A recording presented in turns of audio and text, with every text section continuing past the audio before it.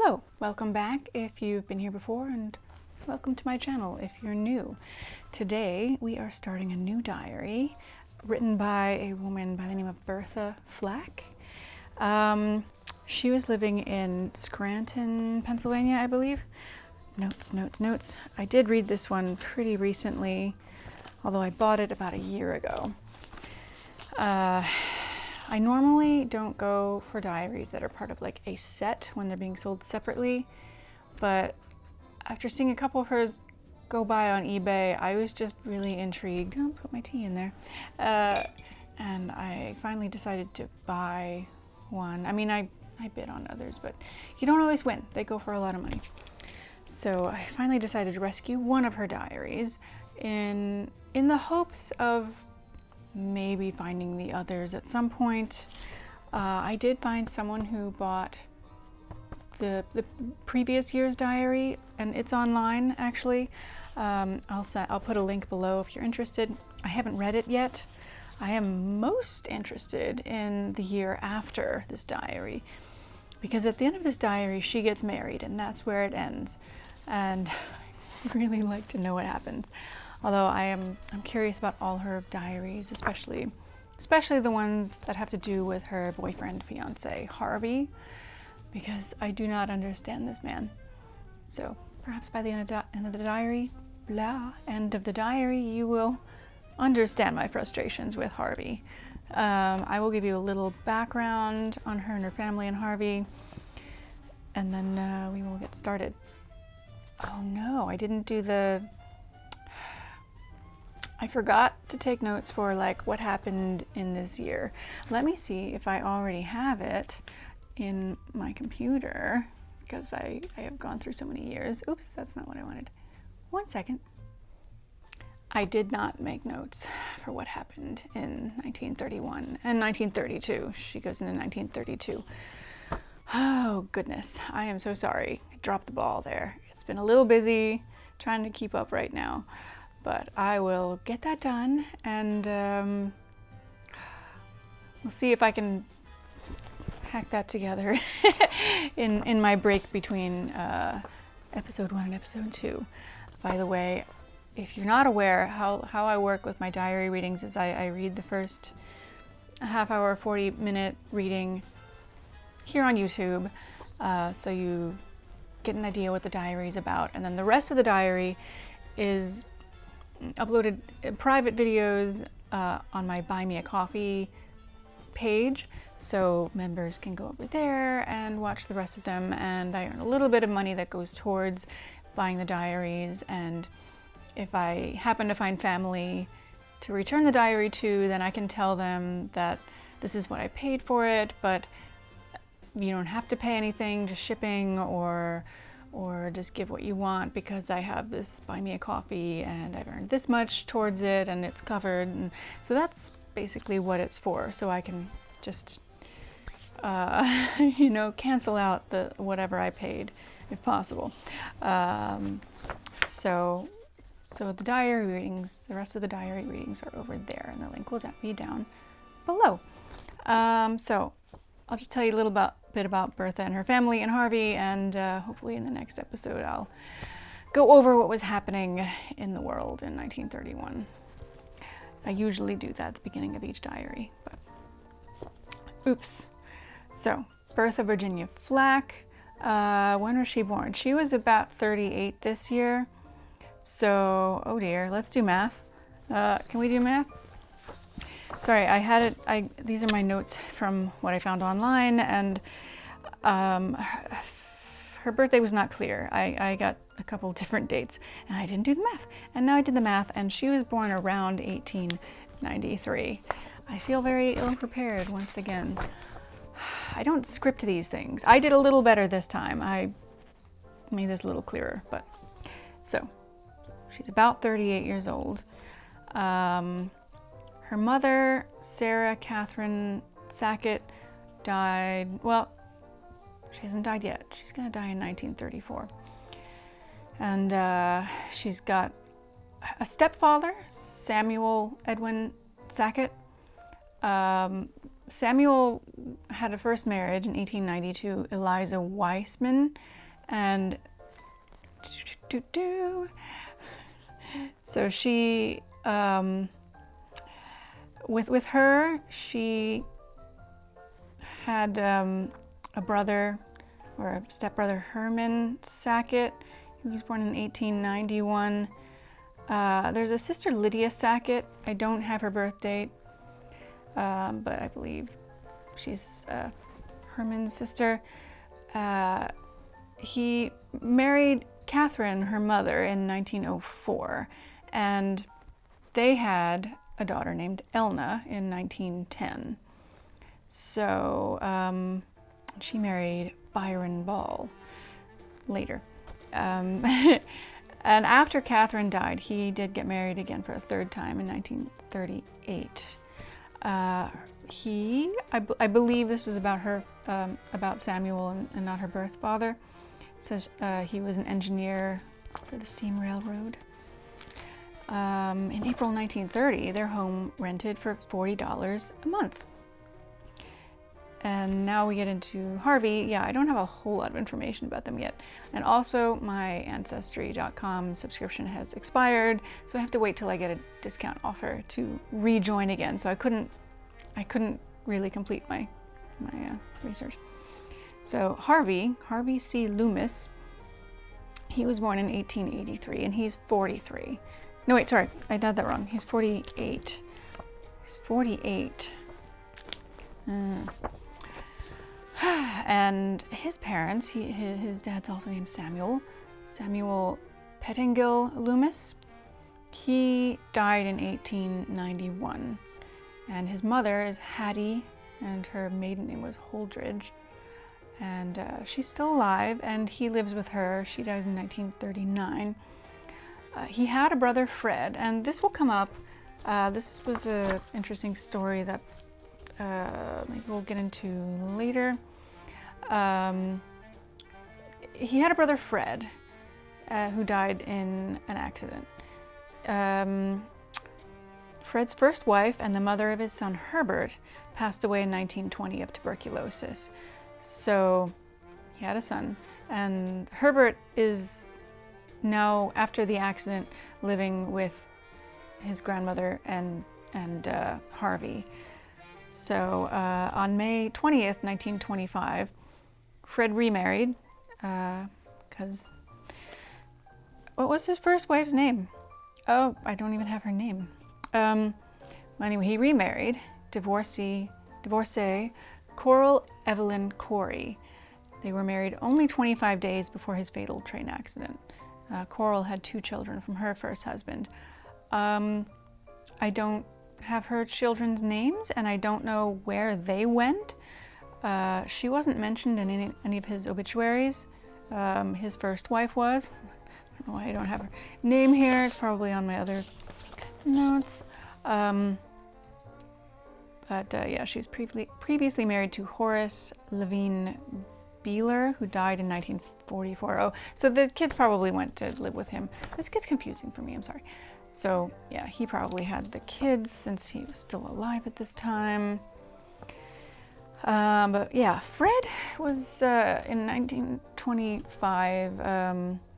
He was an engineer, I think, for the railroad. And the train he was driving, what's the word you use for train, had an accident, and many people died, including him. And I will read about that later, because I want to get into Bertha's diary. So let's see if I can still read her handwriting.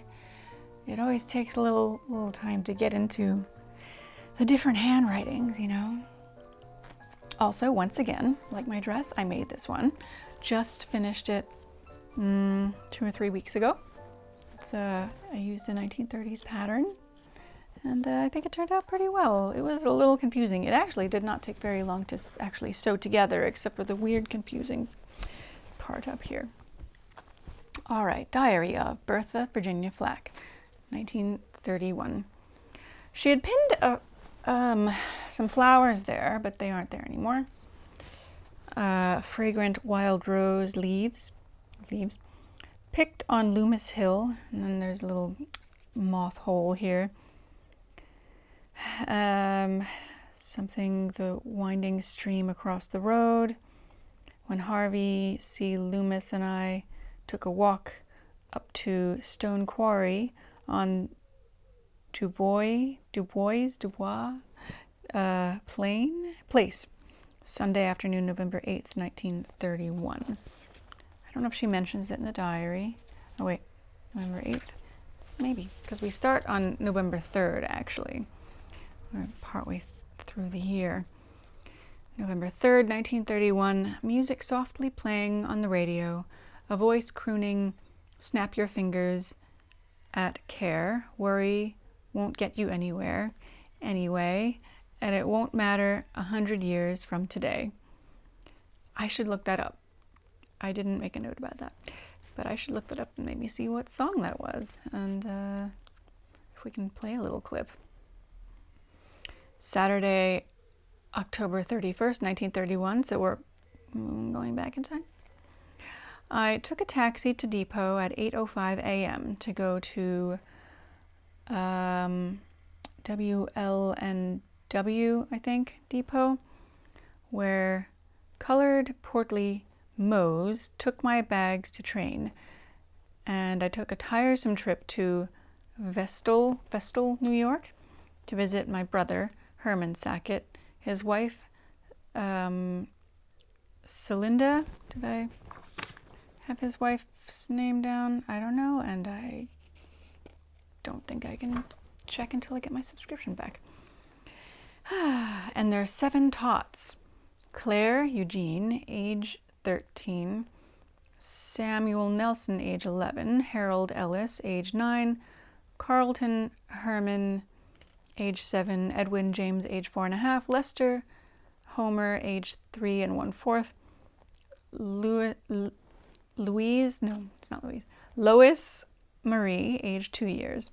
All blue-eyed blondes. I hardly left the house. They have bought a place with 3 rooms and 3 acres, and 9 live there. The rooms are large, kitchen and dining room in one. Bedroom large enough for all tots, but baby and Herman and wife, they sleep at a curtained off end of the living room. I had this bed, and they slept on a double day bed. We had a good visit. We talked and talked and got lots of things threshed out. But I left there tired out still am. Came through to Halstead, called Olive on phone, and Dwayne came for me. Tony was on train coming up, talked to me a minute.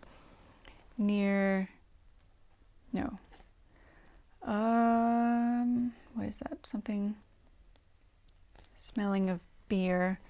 Thought he could talk to me because I asked him where Tony was going down.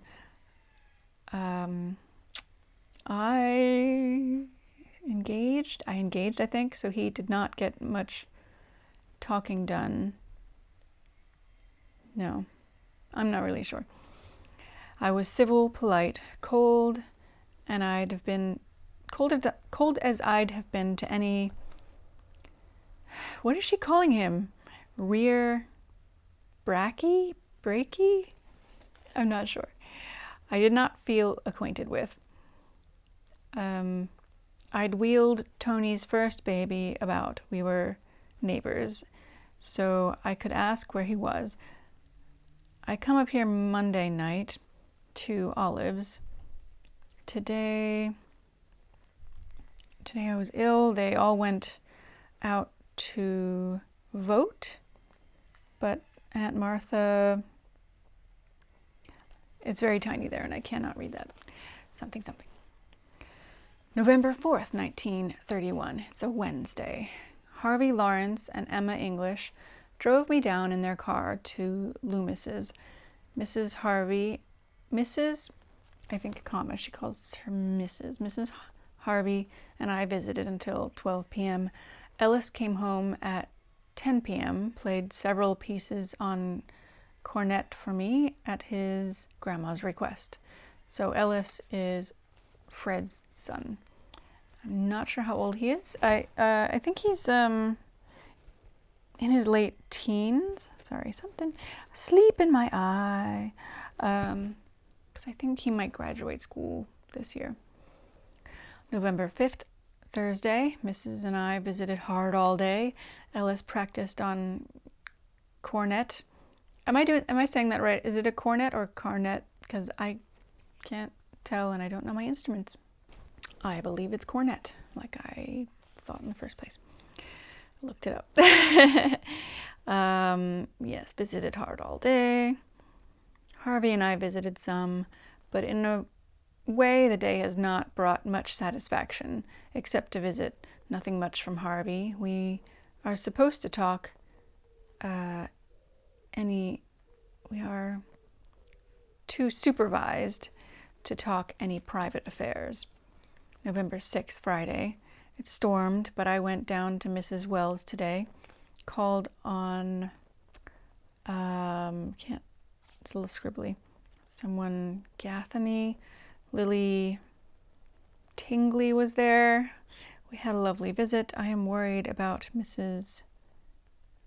Well, though, I think.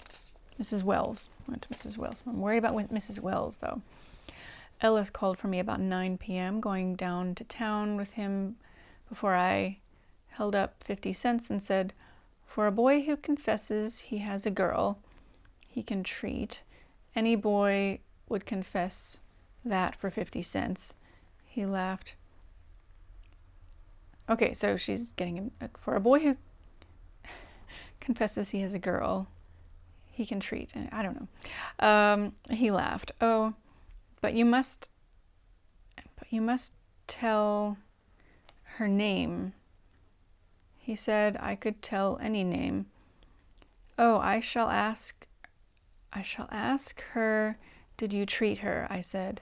He just laughed, blushed, and thanked me for the money.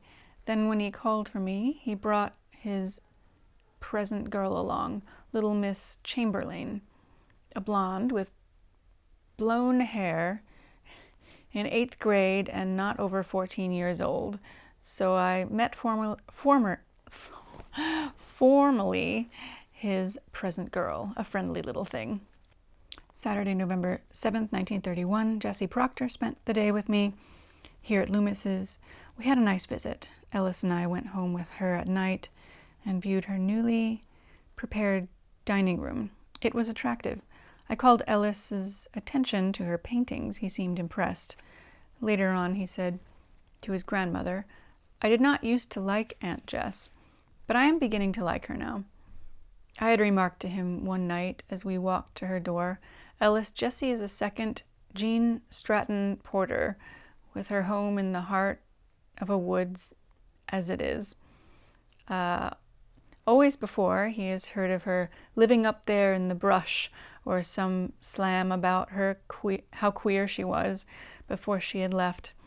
I was sitting in the living room on the couch, and Jessie said to Harvie something about your girl over there. His face lit up as if pleased. That night as I stood on the register getting warm, he held me close in one of his so rare embraces. Ellis upstairs and the missus ironing a shirt for Ellis. So Gene Stratton-Porter, one second. So Gene Stratton-Porter, she died in 1924, so she's not alive anymore at this point. She was born Geneva Grace Stratton, was an American writer, nature photographer, and naturalist from Wabash County, Indiana. In 1917, Stratton-Porter urged legislative support for the conservation of Limberlost Swamp and other wetlands in Indiana. She was also a silent film era producer who founded her own production company, Gene Stratton-Porter Productions, in 1924, right before she died. But I always find that really impressive. I love hearing about the women involved in producing films back then, you know. very curious about any film she might have produced. But that's all I know, because I didn't know who she was. So, she got a little embrace from her boyfriend, which seems rare. Don't know why. Sunday, November 8th, Ellis and I walked to and from Sunday school. His tire had a leak, so he could not drive his car. A cat fight outside. I'm not sure if it's one of mine, but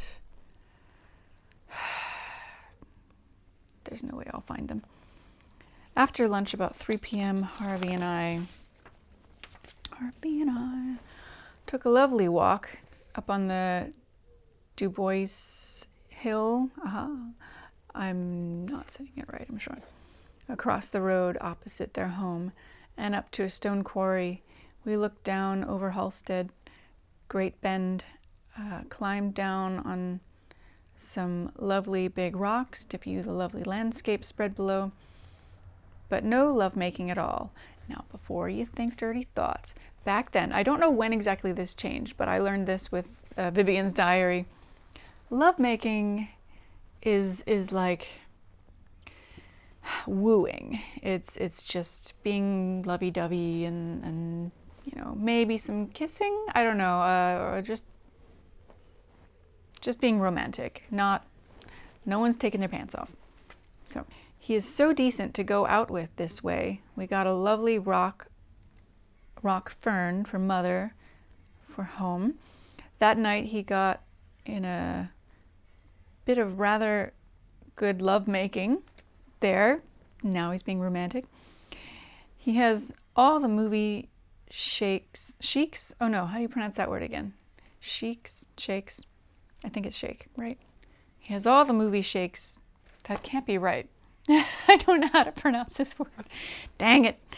Well, he has them all beat I ever saw. You know, there are some words you just, you don't hear very often, you don't read very often. If you read them, it doesn't really matter how you're saying it in your head, and then you have to say it out loud. Okay. Monday, November 9th, 1931, I spent afternoon with who? Laura, I think, and Kenneth McRae, and evening at Charles Brush's with Ruth and Robert. Then I walked up to Loomis's in the dark.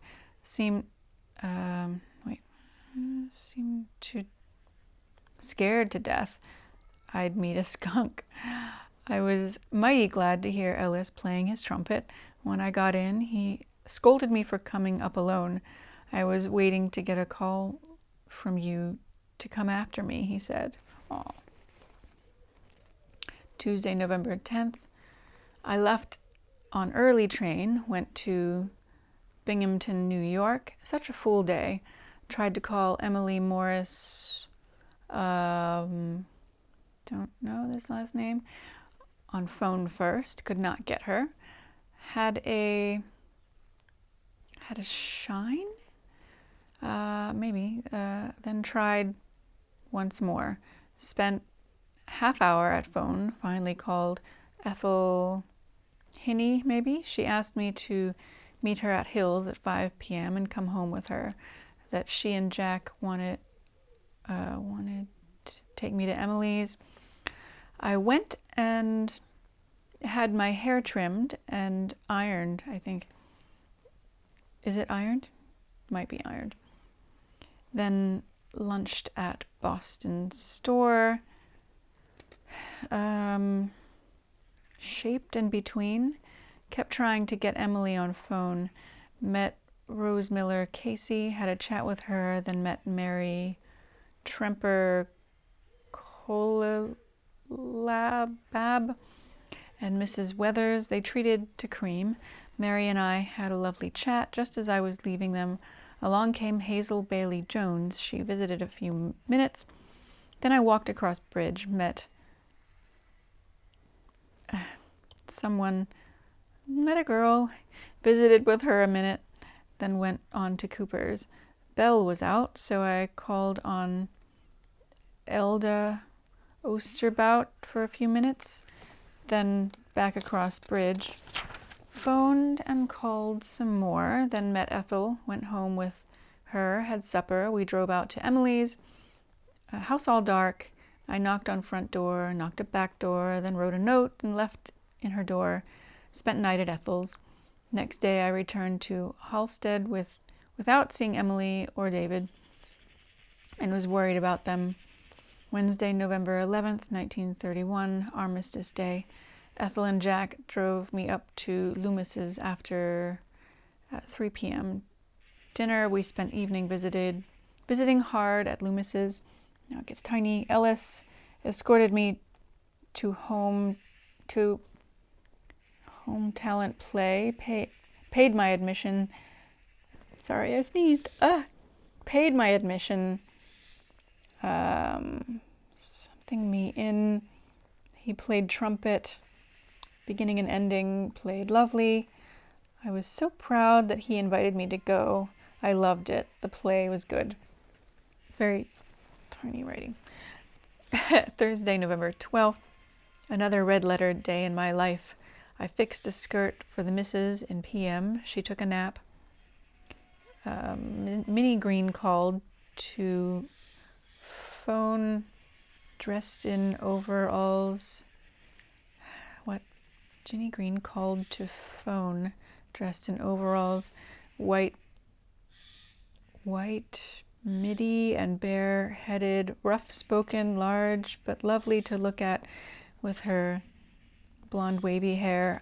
I don't know what this means. And riding bareback on a horse with a halter to guide it. Okay. I don't know what that means. She called to phone dressed in overalls. I don't know. It was Grange night and something also. I still don't know what Grange is. I Googled it and there seems to be an association named Grange that has been around since the 1800s. It has to do with like agricultural families, but I don't know what they do here, you know? A couple diaries have mentioned Grange, but never really what they do there. After Grange, they served pie and coffee.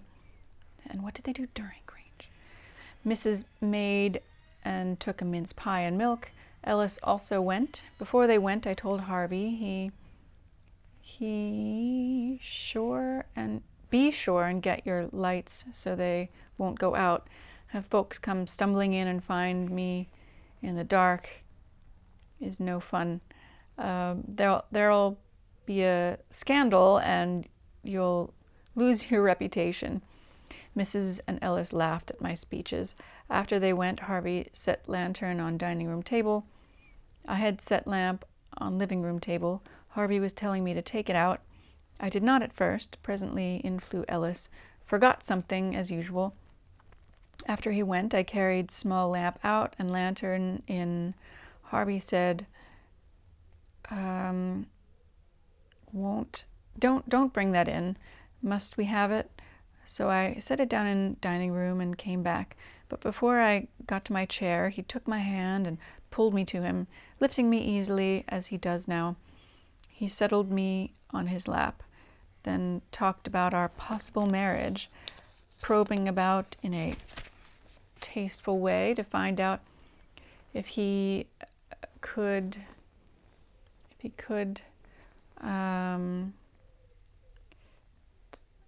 did I have any passion for him? To find out if he could, did I have any passion for him? Some punctuation. Careful, he worded. I had said to him in the parlor before a while, his mother and Ellis, I think, were at doctor's as he held me and tried to tease, that he was going to feel my leg sometime. I had said there is not 1 square inch of me you could not have, as far as I am concerned, but Madame Grundy says no. I don't know who that is. And I was brought up to heed her. He laughed. Later he said, Madame died some time ago. She won't care now. Who is this woman? I was on chair in living room. he on couch, then his mother in kitchen. It was awful the way I worded it, crude. I said I only meant you were not distasteful to me. Well, you've been together a couple years. His face lit up in the lovely way it can, and he said, when are you going to marry me?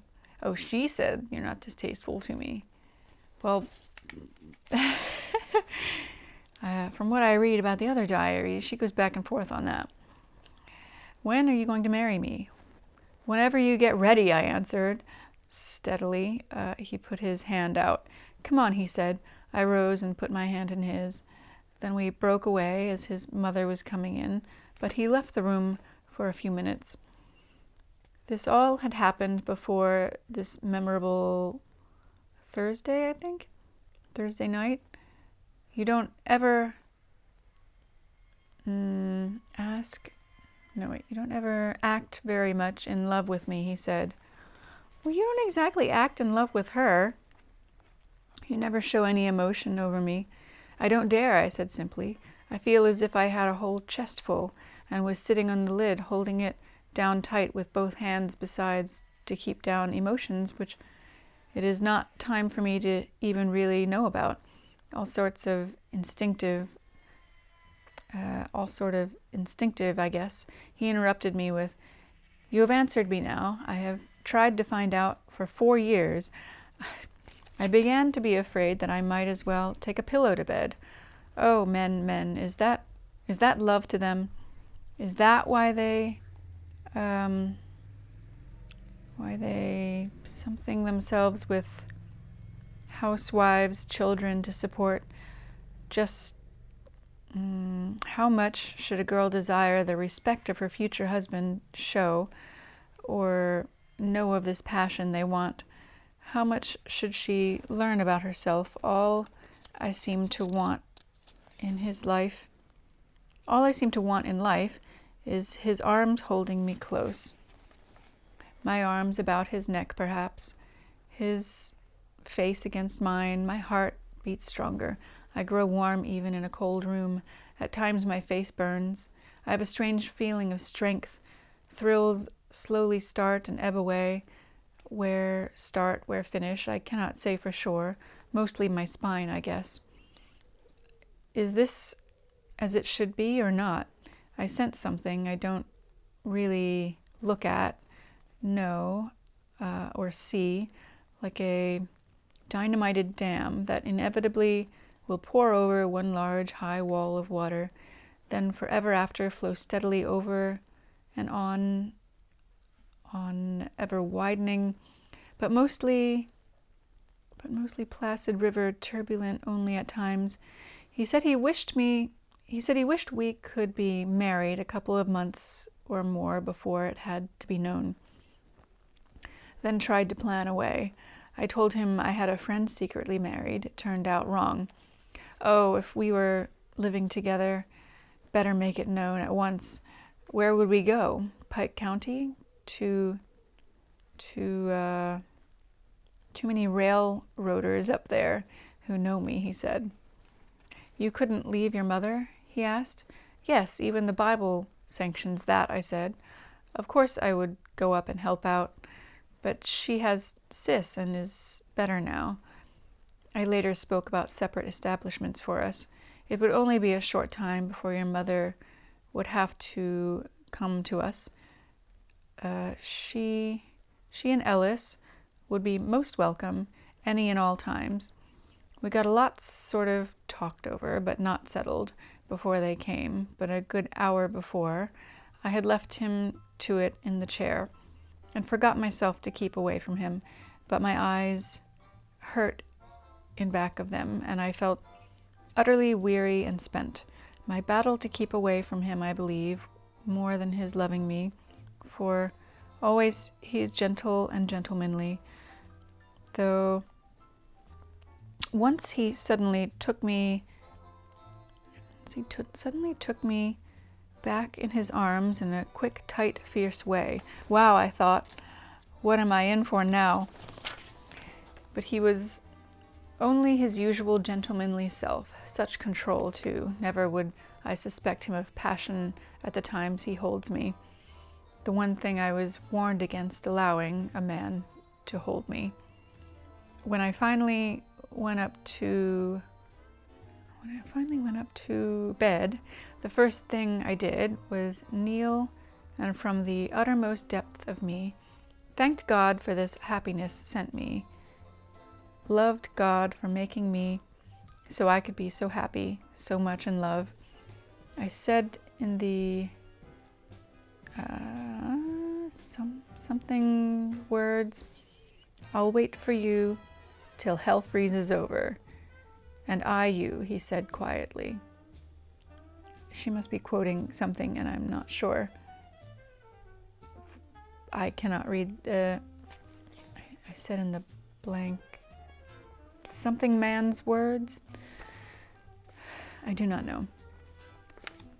But see, already I'm just surprised. Like they've been together, I think, for 4 years, and I think she might have known him longer than that. I don't know. And they're just now talking about these things, and this goes on. It's odd to me, you know. In any case, I'm going to stop our reading there for today. She does write pretty long entries sometimes, and continue on next week. So I'm going to take a break now, see what was happening in 1931, and I will see you next week. Don't forget, if you want to keep following along, there's a link below to my Buy Me a Coffee page. And also, I haven't read it yet, but there's a link below to her previous diary. I do want to read that at some point. I'm not fond of reading things on the computer, and I have such a long reading list as it is, but I will get to that as well, because they have a curious relationship. As I said, since this is my public video and the rest will be private, I just want to make sure I say this now. If you have any of her other diaries, especially 1932 after she gets married, I would love to do an exchange with you. I have scanned this into a PDF. I can send that to you in exchange for a PDF scan of what you've got. Or if you're willing to sell them, please let me know how much you might want. I do try to keep diary collections together. So if I do find family, I can give them, you know, I try to keep the collection together. I disapprove of selling diaries from collections separately. So yeah, I am trying to find the rest of them and find her family. I have to wait to continue my research till I get my ancestry back. I don't think they had any children, which is a little odd, but that explains why the diaries are just out there. However, she might have nephews or nieces or someone else related who might be interested in these, and I will continue to try to find out. And if you'd like to help me, I welcome any help, because I'm trying to do this for, 20 diaries so far, and I've got like 100 more to go. This will take me the rest of my life. But I feel like it's important, it's family history, and if anyone wants to have these back in their family archives, I think that's where they belong. Not out with strangers, not being sold on eBay. So it's kind of one of my little missions in life now to return them. And I have returned a couple already, and the families were really excited and grateful, and now I feel like I am a part of their family in a way. But yeah, so that's part of what I do. So if you'd like to help me out there in any way, I welcome it. All right, we're gonna end that now. I might get a little lunch first while I do my research. And then I must decide what to wear for video number 2. I haven't decided. My wardrobe is not big enough to wear something different all the time, but I'll find something. All right. Hopefully I will see you in next week's for next week's reading. So have a lovely week. See you then. Bye.